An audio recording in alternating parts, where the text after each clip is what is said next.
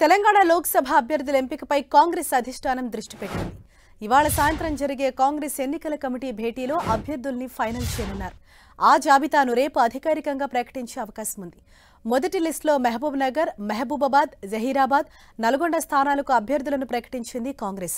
మిగిలిన 13 స్థానాలకు అభ్యర్థులను ఈ జాబితాలో ప్రకటించే అవకాశం ఉంది. సీఎం రేవంత్ రెడ్డి ఇప్పటికే ఢిల్లీలో ఉన్నారు. కాంగ్రెస్ ఎన్నికల కమిటీతో సీఎం రేవంత్ రెడ్డి సమావేశమై లోక్సభ ఎన్నికల అభ్యర్థుల ఎంపికను ఖరారు చేయనున్నారు.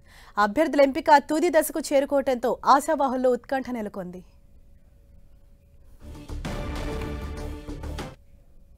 ఇదే విషయంపై మరింత సమాచారాన్ని మా ప్రతినిధి గోపీకృష్ణ మనకు అందిస్తారు. గోపి, ఏదైతే తెలంగాణలో పెండింగ్ ఉన్నాయో 13 లోక్సభ స్థానాలు, 13కి సంబంధించి లిస్ట్ ఫైనల్ అయ్యే అవకాశం ఉందా, లేకపోతే కొంతమంది పేర్లను ప్రకటిస్తారా? ఎప్పటి వరకు రిలీజ్ చేసే అవకాశం ఉంది?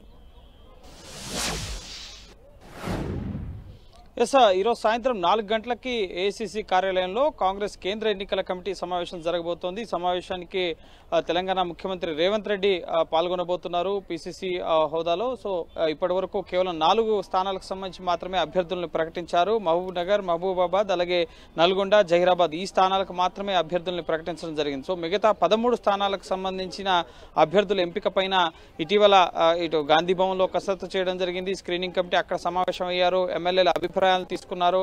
సామాజిక సమీకరణాల వారీగా బీసీలకు ఎన్ని స్థానాలు ఇవ్వాలి, అలాగే అక్కడ గెలిచే అభ్యర్థులు ఎవరు, అనేక మంది ఆశావాహులు ఉన్నారు. ఇప్పుడు కాంగ్రెస్ రూలింగ్ లో ఉంది రాష్ట్రంలో. సో చాలా మంది నేతలు కాంగ్రెస్ పార్టీలో చేరుతున్నారు కూడా. సో కొత్తగా కొంతమంది సిట్టింగ్ ఎంపీలు కూడా పార్టీలో చేరిన పరిస్థితి ఉంది. కాబట్టి సో వాళ్ళకి అవకాశం ఇవ్వాలా, మొదటి నుంచి పార్టీలో ఉన్న వారికి అవకాశం ఇవ్వాలా, అసెంబ్లీలో ముఖ్యంగా టికెట్స్ దక్కని వారు కొంతమందికి అప్పుడు అష్యూరెన్స్ ఇవ్వడం జరిగింది లోక్సభ ఎన్నికలకు సంబంధించి. సో వాళ్ళని కన్సిడర్ చేయాలా, ఇటువంటి అంశాలపైన కసరత్తు అయితే రాష్ట్ర స్థాయి నాయకత్వంలో పూర్తి చేయడం జరిగింది. సో ఢిల్లీ వచ్చింది. ఇప్పుడు సిఈసి సమావేశంలో అభ్యర్థుల ఎంపికకు సంబంధించి నిర్ణయం తీసుకోబోతున్నారు. అయితే కొన్ని స్థానాలకు సంబంధించి ఎక్కడైతే ఎక్కువ పోటీ ఉందో, మల్కాజ్గిరి కానీ, అలాగే ఆదిలాబాద్, అలాగే వరంగల్, ఇటువంటి స్థానాలకు సంబంధించి ఖమ్మం, ఇటువంటి స్థానాలని పెండింగ్ లో ఉంచే అవకాశం ఉంది.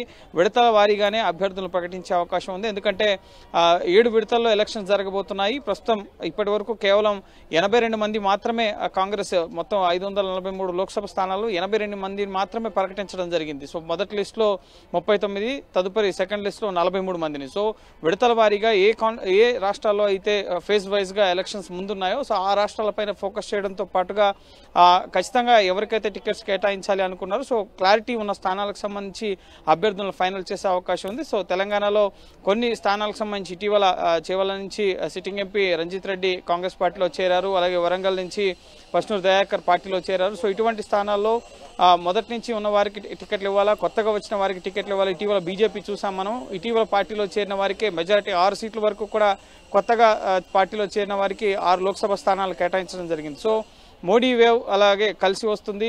ముఖ్యంగా గతంలో ఎంపీలుగా పనిచేశారు వివిధ పార్టీలో. కాబట్టి సో తమకి ఆ అవకాశం కూడా ఉంటుంది అన్న భావనలో కొత్త వారికి బీజేపీ అవకాశం ఇవ్వడం జరిగింది. సో కాంగ్రెస్ పార్టీ అటువంటి స్టెప్ తీసుకోగలదా? ఎందుకంటే బీఆర్ఎస్ నుంచి వచ్చిన వాళ్ళు ఉన్నారు. బీఆర్ఎస్ పై వ్యతిరేకతతోనే కాంగ్రెస్ అక్కడ అధికారంలోకి తీసుకొచ్చారు. కాబట్టి సో కొత్తగా బీఆర్ఎస్ నుంచి కాంగ్రెస్ పార్టీలోకి వచ్చిన వారికి టికెట్స్ ఇస్తే అది లాభం చేకూరుతుందా లేదా అన్న ఆలోచనలో కూడా అధిష్టానం ఉంది. నిన్ననే సోనియా గాంధీ, ప్రియాంక గాంధీ, రాహుల్ గాంధీని కూడా ఇటు రేవంత్ రెడ్డి కలిశారు. 100 రోజుల పాలన, అలాగే నూతన చేరికలు, పార్టీ బలోపేతంతో పాటుగా ఇటు లోక్సభ ఎన్నికలకు అనుసరిస్తున్న వ్యూహాలు, ప్రచార కార్యక్రమాలు, ఇటువంటి అన్ని అంశాలకు సంబంధించి గ్యారెంటీల అమలు, ఇటువంటి అన్ని అంశాలకు సంబంధించి నాయకత్వానికి వివరించారు. సో ఈరోజు సాయంత్రం జరిగే సిఈసి సమావేశంలో సో 13 స్థానాలు పెండింగ్ లో ఉన్నాయి. కాబట్టి 5 నుంచి 6 స్థానాలకు సంబంధించి స్పష్టత వచ్చే అవకాశం ఉంది. ఇంకా క్లిష్టంగా ఉన్న స్థానాలు ఆదిలాబాద్, ఖమ్మం, అలాగే మల్కాజ్గిరి, ఇటువంటి స్థానాలకు సంబంధించి వరంగల్, ఇటువంటి స్థానాలని పెండింగ్ లో ఉంచే అవకాశం ఉంది. వరంగల్ నుంచి ఇటీవల ముఖ్యంగా తాటికొండ రాజయ్య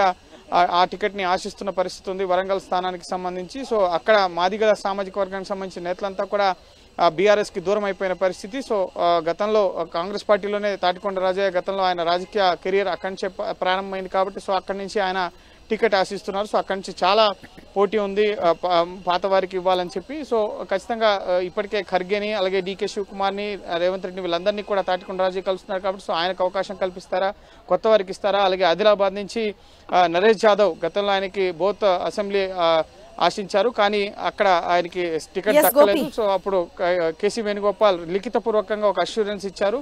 సో ఆయనకి ఇస్తారా? అలాగే శ్రవణ్ నాయక్ కూడా అక్కడి నుంచి ఆ టికెట్ ఆశిస్తున్న పరిస్థితి ఉంది. అలాగే ఖమ్మం నియోజకవర్గానికి సంబంధించి ఇటు కమ్మ సామాజిక వర్గానికి ఇవ్వాలని చెప్పి కొందరు, అలాగే పొంగులేటి శ్రీనివాసరెడ్డి సోదరుడు ప్రసాద్ రెడ్డి, అలాగే బట్టి విక్రమార్క భార్య నందిని, ఈ విధంగా అనేక మంది అక్కడి నుంచి కూడా ఆశావాహులు ఉన్నారు.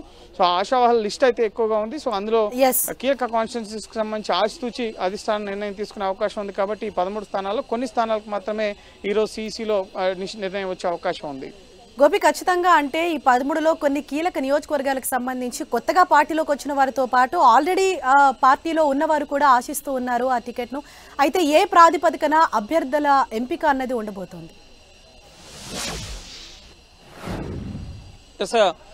ఇటు పాత గతం నుంచి పార్టీలో కొనసాగుతున్న నేతలు అసెంబ్లీ ఎన్నికల సందర్భంగా ఎవరికైతే అష్యూరెన్స్ ఇచ్చారో వారికి, ఇటీవల పార్టీలో నామినేటెడ్ పదవుల్లో ఎవరికైతే చోటు దక్కలేదో వారిని ముఖ్యంగా ఒక క్రైటీరియాగా పెట్టుకున్నారు. అలాగే గెలుపు అవకాశాలు ఎవరికి ఉన్నాయి, సర్వేలు ఎంతవరకు ఎవరికి గ్రౌండ్ లెవెల్లో ఆ అభ్యర్థికి ఆశావాహకి అనుకూలంగా ఉన్నాయి, అలాగే వాళ్ళ సామాజిక సమీకరణాలు క్యాస్ట్ ఈక్వేషన్స్ ఆధారంగా ముఖ్యంగా బీసీలకి ఎక్కడ సీట్లను కేటాయించాలి, ఇటువంటి అంశాలతో పాటుగా ప్రత్యర్థి రాజకీయ పార్టీలని అక్కడ ఎదుర్కోగల సత్తా ఎవరికి ఉంది, అది మనీ పరంగా కానీ లేక ప్రచారాల పరంగా అన్ని కోణాల్లోనూ ఈ గెలిచే అవకాశాలు ఎవరికి ఉన్నాయన్న వారికే ఈ అభ్యర్థిత్వాన్ని ఖరారు చేయడం జరుగుతుంది. అందులో భాగంగా చాలా మంది డబ్బు ఖర్చు పెట్టేవారు ఉన్నారు, అలాగే రాజకీయ అనుభవం కలిగిన వారు ఉన్నారు. సో అయినప్పటికీ కూడా వాళ్ళ క్లీన్ ఇమేజ్ని చూసి, పబ్లిక్ లైఫ్ని చూసి, వాళ్ళకు క్షేత్రస్థాయిలో ప్రజల్లో ఎంత పాపులారిటీ ఉంది, ఇటువంటి అన్ని అంశాలని కూడా సీఎం రేవంత్ రెడ్డి స్వయంగా పరిశీలిస్తున్నారు. సో అన్ని అంశాలను పరిగణలోకి తీసుకునే అధిష్టానానికి ఒక నివేదిక ఇచ్చిన తర్వాత అధిష్టానం వద్ద సిఈసిలో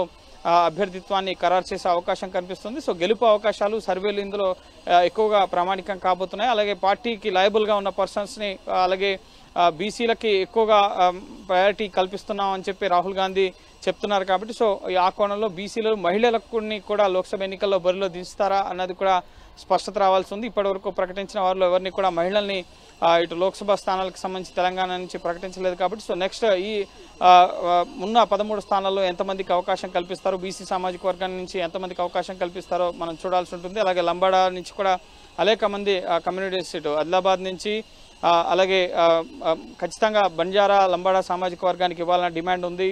సో ఖచ్చితంగా ఈ అంశాలన్నింటినీ కూడా సామాజిక సమీకరణాలు, గెలుపు అవకాశాలతో పాటుగా మొదటి నుంచి పార్టీకి లయబుల్గా ఉన్నవారు, ఇటీవల పార్టీలో చేరిన వారు కూడా, ఎందుకంటే వాళ్ళకున్న చరిష్మా, ఇటీవల సిట్టింగ్ స్థానం బీఆర్ఎస్లో ఉన్నప్పటికీ కూడా వాళ్ళ పార్టీకి రాజీనామా చేసి ఇటు వచ్చారు. కాబట్టి వాళ్ళ క్యాడర్ని, ఆ నేతల్ని కూడా పార్టీలోకి తీసుకొస్తున్న పరిస్థితి, పార్టీ బలోపేతానికి వారి వంతు పాత్ర పోషిస్తున్నారు. కాబట్టి సో కొత్తగా చేరిన వారికి కూడా కన్సిడర్ చేసే అవకాశం ఉన్నట్లుగా తెలుస్తోంది.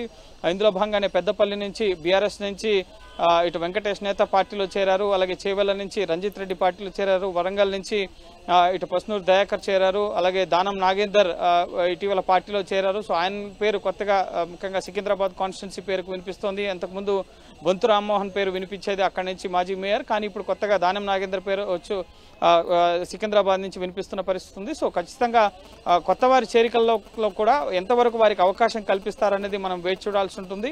అలాగే క్యాస్ట్ ఈక్వెషన్స్ పరంగా కూడా సామాజిక న్యాయం ఏదైతే న్యాయయాత్ర చేస్తున్నారో రాహుల్ గాంధీ, తమకు న్యాయం చేయాలని చెప్పి కూడా బీసీ నేతలు డిమాండ్ చేస్తున్న పరిస్థితి. విహెచ్ ఖమ్మం సీట్ను ఆశిస్తున్నారు, నాకు పార్టీలో న్యాయం కావాలని చెప్పి ఆయన డిమాండ్ చేస్తున్న పరిస్థితి ఉంది. ఖచ్చితంగా ఖమ్మం గతంలో నాకు ఇస్తా అన్నారు, ఖమ్మం కోసం 7 సంవత్సరాలుగా నేను పనిచేస్తున్నాను అక్కడ క్షేత్రస్థాయిలో. సో కుటుంబ రాజకీయాలను పక్కన పెట్టాలి, ముఖ్యంగా ఆ రాజకీయాల వల్లనే బీఆర్ఎస్ని ప్రజలు పక్కన పెట్టారు. ఇప్పుడు కాంగ్రెస్ పార్టీలో కూడా ఈ కుటుంబ రాజకీయాల సంస్కృతి తీసుకురావద్దన్న అంశాన్ని కూడా అనేక మంది నేతలు, సీనియర్ నేతలు వ్యక్తపరుస్తున్న నేపథ్యంలో సో కొన్ని కాన్స్టిట్యున్సీస్కి కుటుంబ సభ్యులు కూడా పోటీలో ఉన్నారు. ఇప్పటికే నల్గొండకు సంబంధించి జానారెడ్డి కుమారుని అక్కడి నుంచి బరిలో దించడం జరిగింది. కాబట్టి సో కుటుంబ రాజకీయాలను కూడా పక్కన పెట్టాలన్న అంశం కూడా తెలంగాణ టికెట్లు ఆశిస్తున్న ఆశావాహులంతా కూడా వ్యక్తం చేస్తున్న పరిస్థితి. సో చూడాలి ఎన్ని సీట్లకు ఈరోజు ఆమోద ముద్ర వేస్తారు. కొన్ని కీలక కాన్స్టిట్యున్సీస్కి సంబంధించి అయితే పెండింగ్లోనే ఉంచబోతున్నట్లుగా తెలుస్తుంది. ఈ రోజు రాత్రి సిఈసి సమావేశం ముగిసిన తర్వాత రేపు లేదా ఎల్లుండు అభ్యర్థుల జాబితా వచ్చే అవకాశం ఉంది, లేదా ఈ రోజే అభ్యర్థుల జాబితాను ప్రకటించే అవకాశం కూడా ఉంది. ఎందుకంటే నామినేషన్ల దాఖలకు సంబంధించిన గడువు దగ్గరకు వస్తుంది ఇటు ఫస్ట్ 4 పేసెస్కి సంబంధించి. కాబట్టి సో త్వరితగతిన అభ్యర్థుల్ని ప్రకటిస్తే ప్రచార కార్యక్రమాల్లోకి వెళ్ళడానికి అవకాశం ఉంటుంది, ప్రజల్లోకి వెళ్ళడానికి అవకాశం ఉంటుందన్న భావనలో కూడా త్వరగా కూడా అభ్యర్థులను డిసైడ్ చేసే అవకాశం కనిపిస్తోంది. Right, thank you Gopi.